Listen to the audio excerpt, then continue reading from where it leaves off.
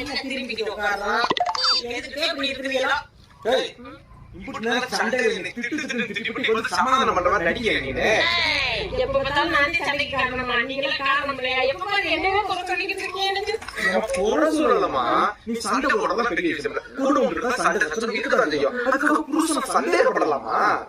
சந்தேகப்படுறது குடும்பத்தை அழிச்சிருமா? ஆமாங்க, நான் இனிமேல் சந்தேகப்படலங்க. விடுங்க. சும்மா சொன்னாலும் ஒத்துக்க மாட்டேன். சத்தியம் பண்ணி சொன்னாதான் ஒத்துக்கிறேன். இனிமேல் என்னை சந்தேகமே பண்ண மாட்டேன். சத்தியம் பண்ணி பார்ப்போம். சத்தியமா நீ சந்தேகப்பட மாட்டேன்.